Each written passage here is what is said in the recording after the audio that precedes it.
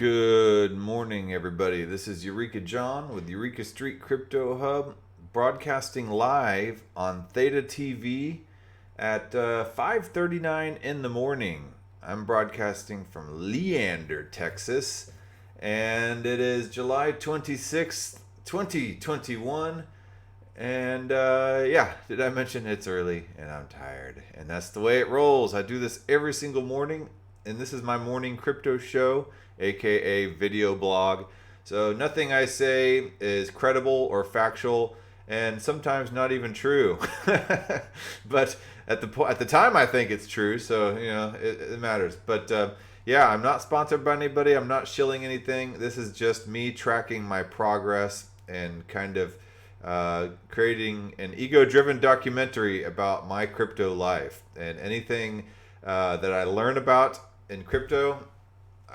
This is my way to talk about it without annoying my friends and family, and it's also helps keep me disciplined to be able to learn something new in crypto every single day. I always want to make sure I at least read an article or two, and then that way I can talk about something. So my education is a continual work in progress, and this is me just talking it out in the morning. This is my time, and then the rest of the day I'm an employee, a husband, a dad, and everything else, but this is my time to talk about the stuff that I'm learning and passionate about every single day. So that being said, good morning, Randy. How you doing? And Randy also likes to jump on with me as often as he is able to as well, and I appreciate that. So let's go on here, and we shall begin, shall we? And let's see what we have. Oh, and the first of all, the PoE apps, man, dude. I'm on PoE app number 4 now, and here's a little preview of what today's PoE app looks like. This is a guy I drew.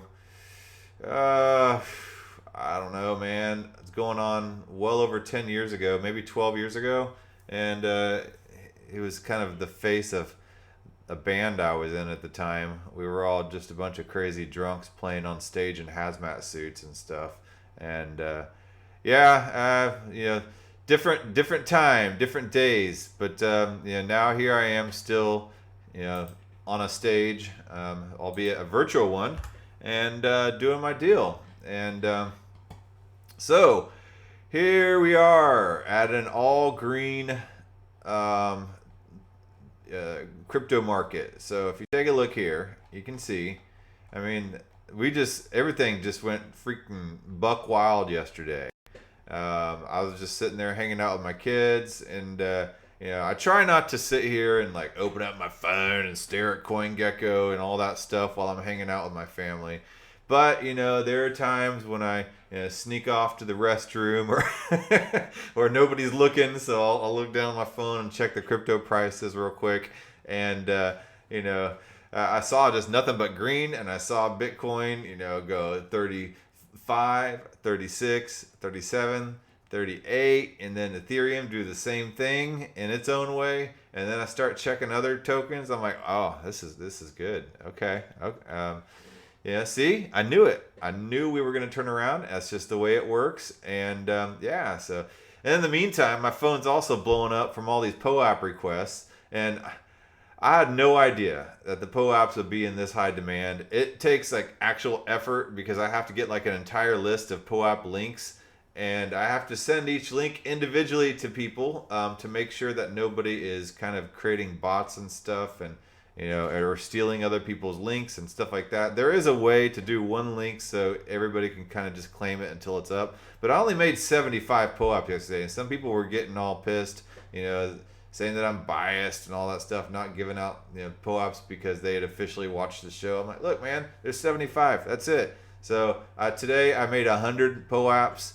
I know a lot of these people aren't even watching the show. They're just taking a quick screenshot and whatever. It's not up to me to sit here and police everybody.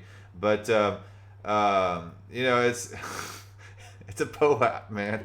And some of these people, I can tell, they're clearly using Google Translate to communicate with me. And they're probably not understanding a single word I'm saying right now anyway. So what it do, man? who cares, whatever, and then people were wanting to buy the PoE apps, and I'm just like, there's only 75 made. I've given them away. They're like, but I'm OCD. I want, to make sure that, I get number 1 or number 2 or whatever PoE app they might have missed out on. And, that the PoE apps are great, but they're not the point of the show. The point of the show is to talk about crypto and to learn stuff. I love collecting as much as the next guy, but I don't want to wag the dog here I don't want the tail wagging the dog. That's all I'm saying. Anyway, so I've minted 100 of them. They will be available after the show. I do have to drive to work, and but all throughout the day, first come, first serve, I will be issuing out these PoE apps to people that want them. And I will always take the first people who jump in my email box or DM box on Twitter or whatever as the priority. And then when they run out, they run out. So anyway, enough about PoE apps. Okay. Bitcoin's at $38,229.53. Ethereum's at $2,344.71, up 23%. Yeah. So Randy says I need to consider my time doing PoE apps. Exactly. I'm not gonna sit here and let down family obligations and work obligations and other thing like that because I'm sitting around messing with PoE apps all day. So anyway, Cardano, Binance Coin up 4.8% to above 300. Cardano at $1.34 at 12.8%. XRP 11.4%. Dogecoin 21.1%, Polkadot 16% up at $14.83, Uniswap $19.73 at up 19.7%. So it's so many 19s there. Bitcoin Cash 507.38 up 15.1%. Litecoin 137.51 up 14.4%. Chainlink almost at $20 here, up 22%. I always say Chainlink does these weird little spikes way up. This is not a weird little spike. This is right on time with the market. But Chainlink won't be down for long. Chainlink is one of my favorites. Chainlink and Theta, and I like Ethereum, and of course I like Bitcoin.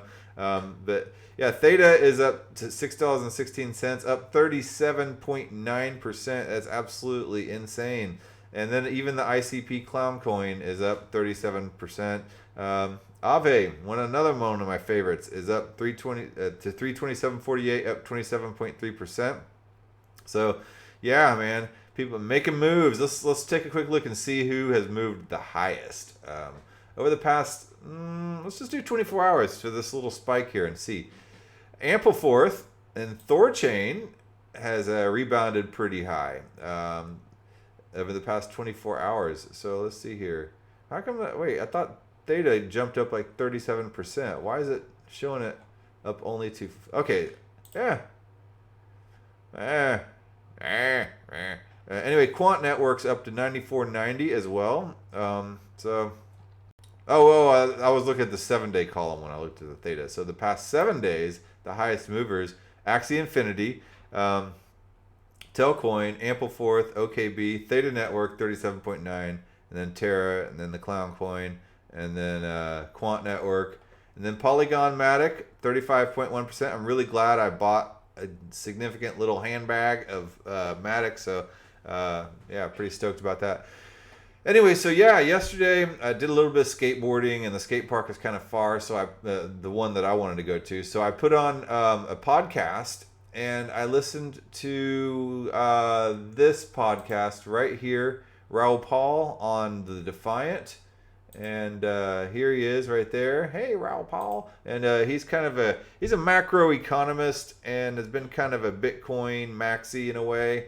But he's no longer a Bitcoin maxi, and he was a hedge fund manager, and he ended up basically retiring at the age of 36. And I think he's a little older than 36 now, but he's mega rich, and and he runs his own financial media company called Real Vision, and you got to pay to listen to a lot of the stuff on there, but overall I think it's pretty good content as far as what I've heard. But He has some views on Ethereum, and I am obviously an Ethereum bull. My Twitter name is eurekajohn.eth. So I like Ethereum. What can I say? And I think yes, there are some other more sophisticated and progressive and better blockchains out there. Cosmos is one. Blockchain 3.0. Theta blockchain is is amazing. It's faster and cheaper and all that. And Polkadot, that whole ecosystem. I mean, they're great systems. Solana is a good system. Zilliqa. So these are all good blockchains, and I don't believe that there's going to be an Ethereum killer.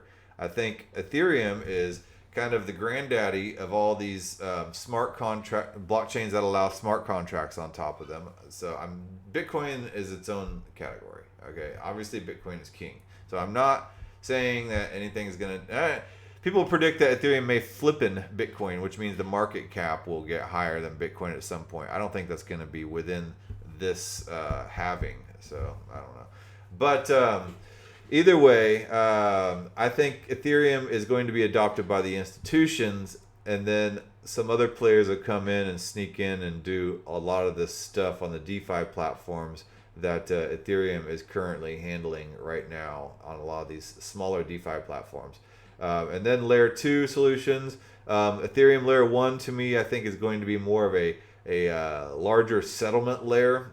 I've used this analogy before is, you're working at a restaurant and you're the restaurant manager and you collect all the transactions all throughout the day. And then at the end, you have that little zip pouch, with all the cash in it. And then the manager takes it to the bank upon closing. And that's kind of what Ethereum will be for the layer 2 solutions like Arbitrum and Polygon Matic and Loopring and all that stuff. Those will be like the waiters, going around taking care of the customers, taking care of all the immediate transactions and all the immediate needs. And then Ethereum will be like the manager, taking all the transactions at the end of the day to the bank. And not literally bank, because Ethereum kind of replaces the bank. But you know what I'm saying. All right. Anyway, so Anyway, he had some pretty interesting words to say. He thinks, and he's speculating, of course, and I don't necessarily like to harp on price because I like to talk about the tech because I believe in the tech, but he's saying he thinks Ethereum could get up to 20,000 after all this merge. And by the merge, I mean from Ethereum 1 to Ethereum 2.0. And that should be taking place in like the next, within the next year of completion. The merge everything's already started, the process to Ethereum 2.0.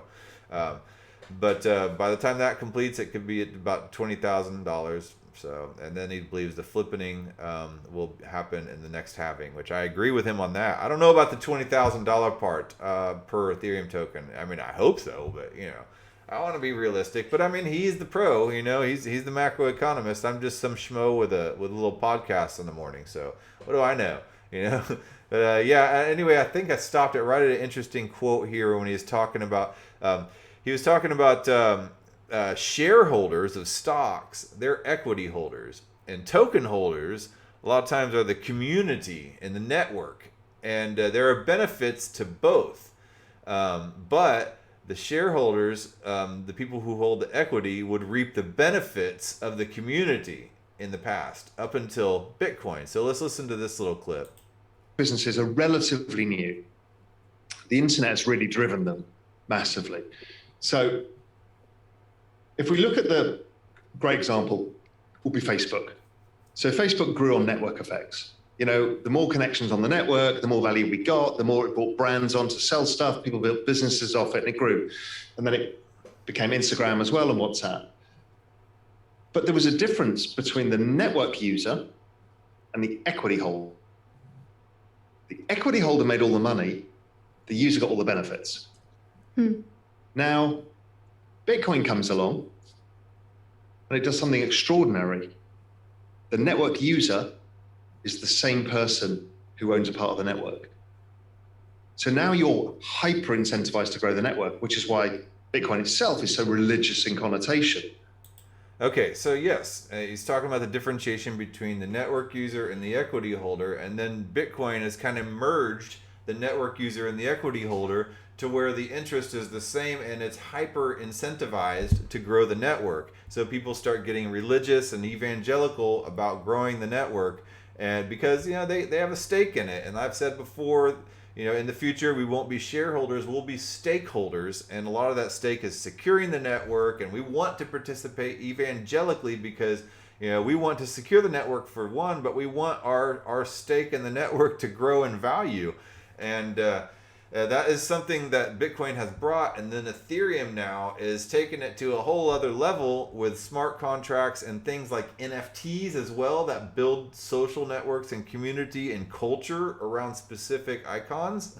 So you think of that type of stuff. And then now, Ethereum's moving from proof of work to proof of stake, and then implementing all these EIP protocols, the Ethereum improvement protocols. That's what an EIP is. So let's take a quick look over here. Ethereum improvement protocols. Bitcoin has improvement protocols too. They just are doing the Taproot upgrade. It's when the community all votes in some way or another to vote on an improvement protocol in order to figure out things that they would like, or fixes or whatever, improvements. And some of these require a complete fork, and others are just light improvements and stuff like that. But there have been some pretty famous Ethereum improvement protocols in the past. I believe Ethereum improvement protocol of 99 or 199 or whatever was the one during that whole MakerDAO hack, and they had to decide whether to create a new fork to fix that major hack, or whether to continue on with the damaged version of the blockchain. And they decided to continue to create the new fork, which became Ethereum, and Ethereum Classic is the original one. But that's a whole other episode, and it's a major drama in itself. And actually, Camila Russo, the one who's in charge of the Defiant and the one who is interviewing Raoul Pal, she talks a lot about that in her book, The Infinite Machine. So you might want to read that book. But anyway, yes, back to Ethereum improvement protocols. So that I was thinking about improvement protocols right here, and I was listening to another podcast called The Daily Gwei, and I've heard this guy's name, Anthony Sassano, being thrown around, and I don't really know much about him.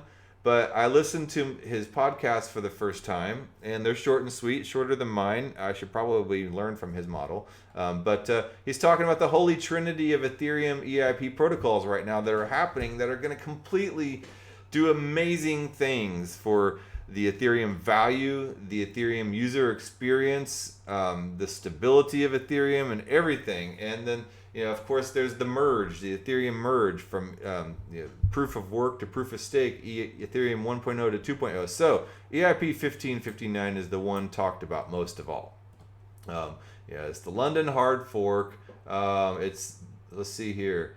If you haven't noticed, if you've been on Ethereum for the past year, you have noticed Ethereum being the gas prices being almost unbearable, and then it's created pretty much a glass ceiling to where you basically had to have some bucks in your bank account in order to be able to even do anything on Ethereum, because the transaction, if you were only working with a couple $100, is the gas fee would be worth more than the transaction, and that kind of defeats the purpose, doesn't it? So it created this space, like Vitalik Buterin wanted Ethereum to be this very democratic space in which anybody could participate, and it breaks down the barriers of anybody wanting to participate in financial tools and all that stuff. Well, with all the gas prices way out of control and like shooting up into the hundreds of dollars and stuff like that, it became impossible, and Ethereum was kind of coming to a grinding halt for a while. And it was really unpleasant to deal with, especially if you were trying to pull funds on or off protocols like Aave and Compound Protocol, or into the Ocean Protocol Marketplace, all based on Ethereum. The more complex a smart contract gets, the higher the gas fee will be, because it takes more code to be able to write to the block. It takes more block space, and then when you start having a congested network and everybody competing for fees, then you have MEV, which is miner extracted value, coming in there, front running people, and basically artificially jacking up certain transactions in order so they can arbitrage their profit. I mean, it turned into a whole jumbled mess for a while.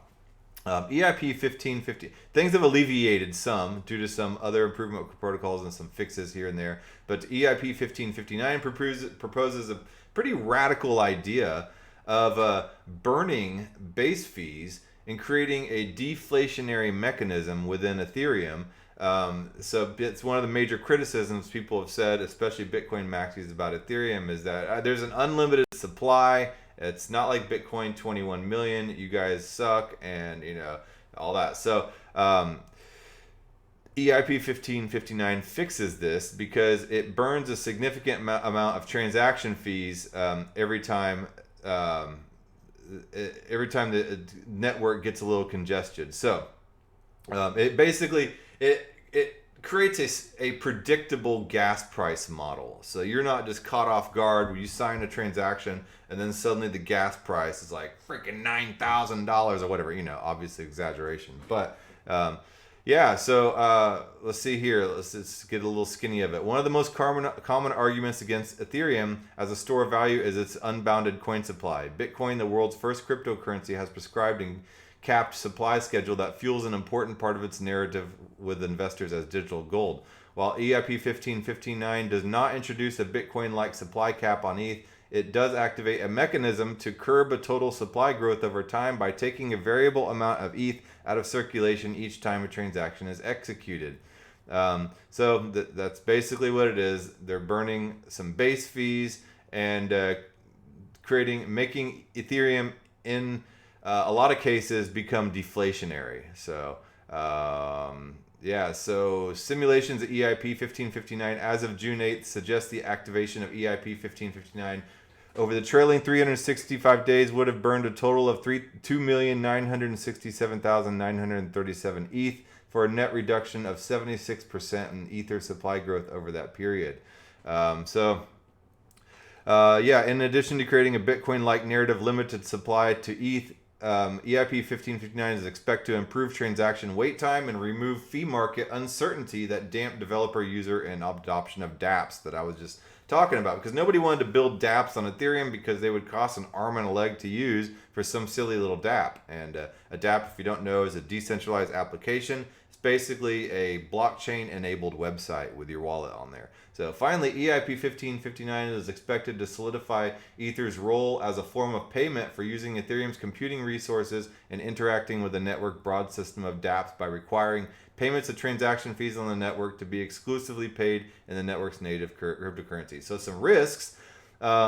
Its proposed changes to reward dynamics and payouts to miners who faced reduced earnings for their work with the activation of EIP 1559.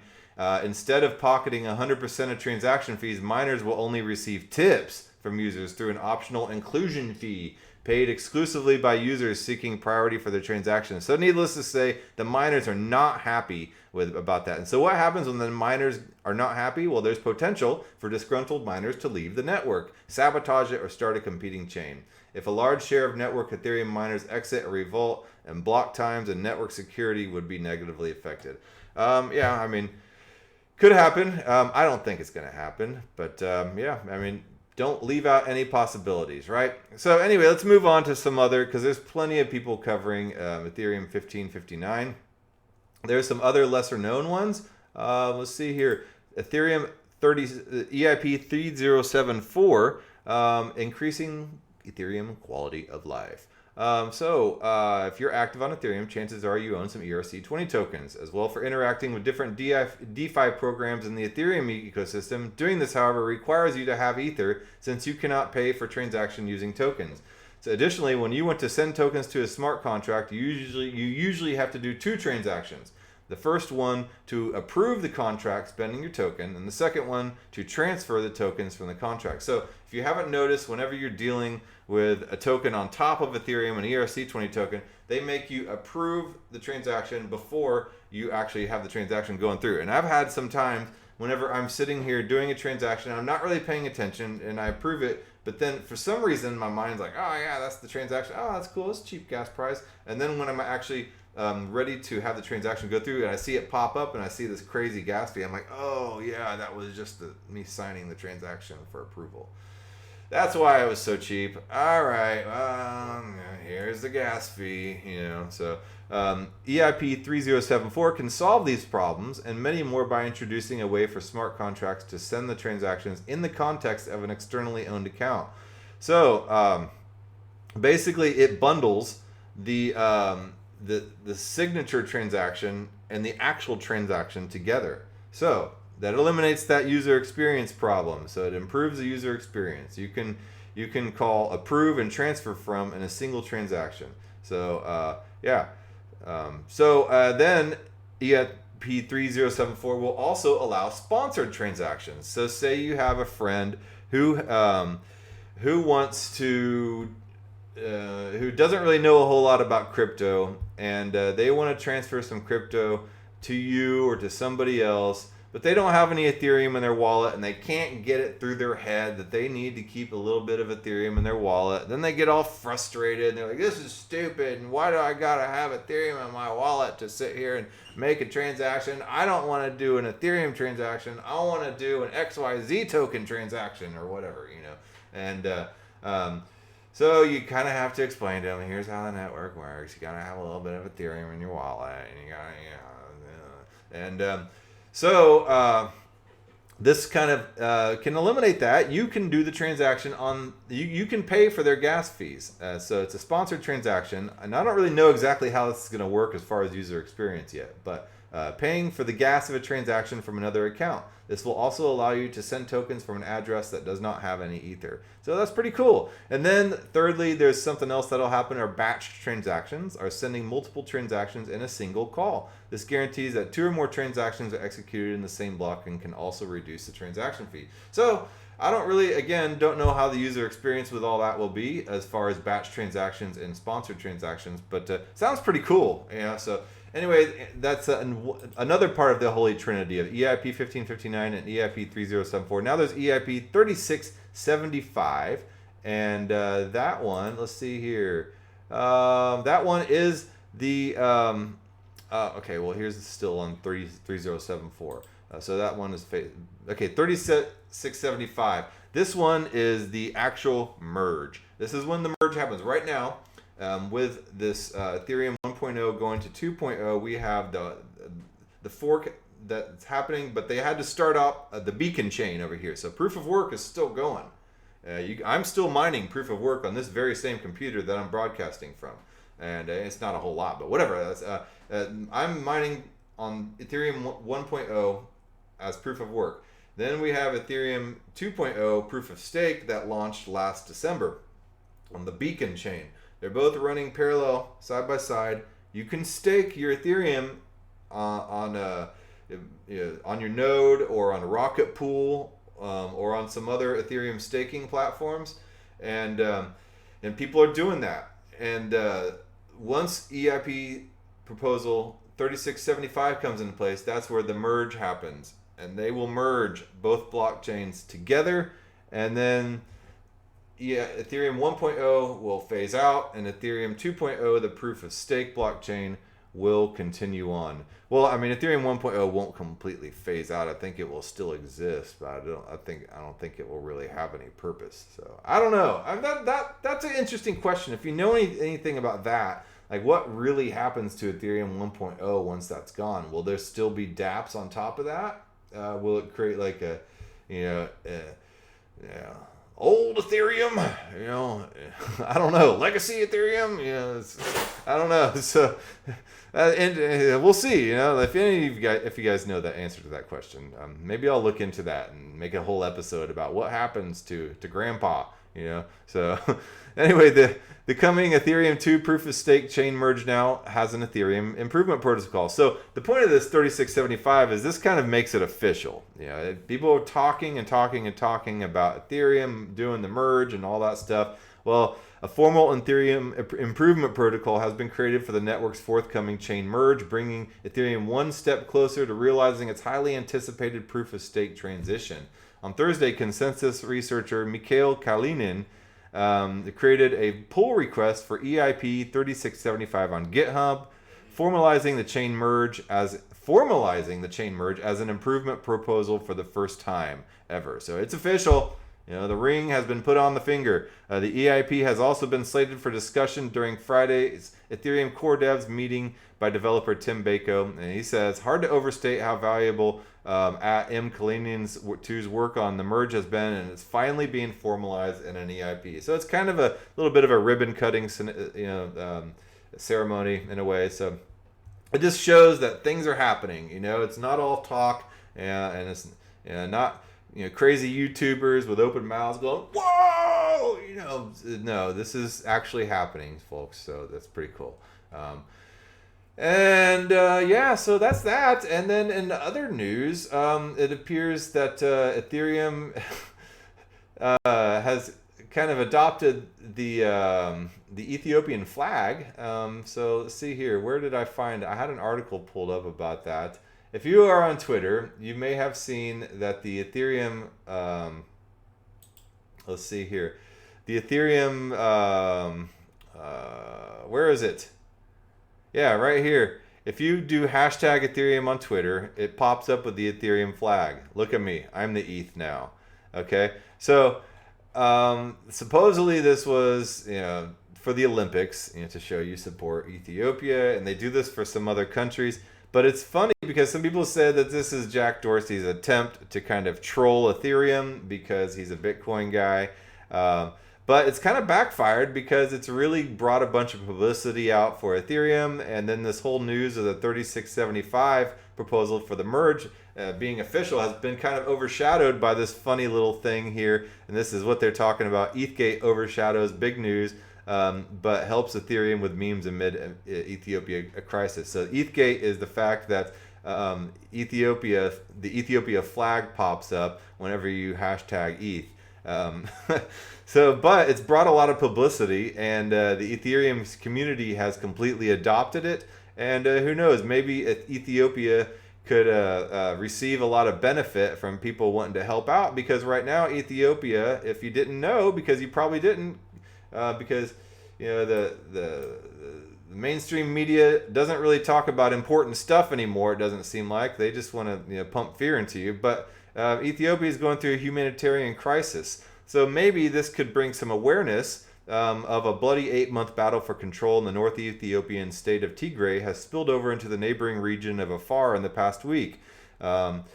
Reported BBC. At least 20 civilians have been killed and 54,000 people have been displaced, reports say, as fears of a growing fast development humanitarian crisis. So at least, you know what?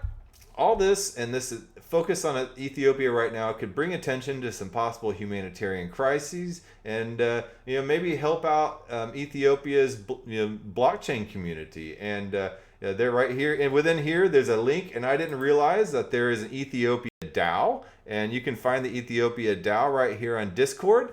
So hey man, if you want to learn a little bit about the Ethiopian economy and their efforts towards blockchain propagation, it might be a good time, and I'm down with being an Ethiopian. I'm already an Ethiopian. See, I'm even calling myself an Ethiopian. I'm already an Ethereum bull. I like Ethereum, and I like Bitcoin too, and I like other projects as well. I think there's room development for everything, but I think it's cool. To call yourself an Ethiopian. So I don't know. Take it for what you will. Anyway, I got to get on to work. I like talking about this type of stuff. This is a fun episode. Again, here's the PoE App, and again, it is first come, first serve.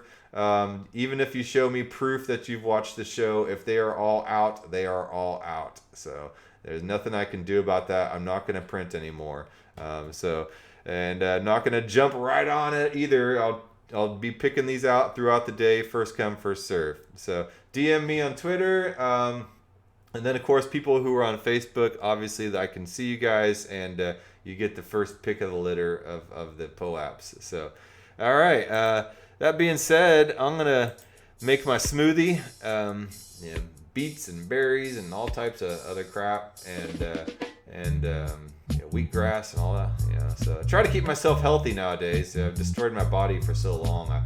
I think it's time at 45 years old to treat my body a little better. So that's why I wake up early, get good sleep, exercise, don't drink or do drugs or smoke or anything like that. And so try to keep myself healthy. So all right, and you feel better. You think a lot of times people need a lot of that stuff in order to make themselves feel better, like substances. You don't, man, because you start getting these natural endorphins and stuff like that whenever you actually kind of clean out your body, and then it feels better than any type of high you can get, honestly. And I'm not preaching at you. I'm just saying this isn't my experience.